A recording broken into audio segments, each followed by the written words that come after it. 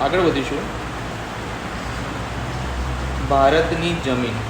હવે તમને એક્ઝામમાં કહે કે પર્વતીય જમીન ક્યાંય, તો પર્વતીય જમીનમાં તમે લેહ લખી શકો, કારગિલમાં લખી શકો, લદ્દાખમાં લખી શકો. આ બધી પર્વતીય જમીન આવી.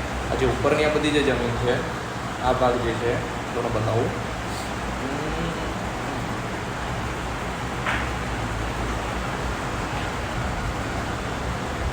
હું રેડ કલરથી જે ટીક કરું ને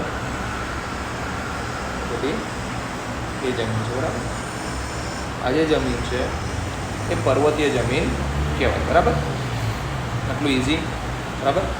પછી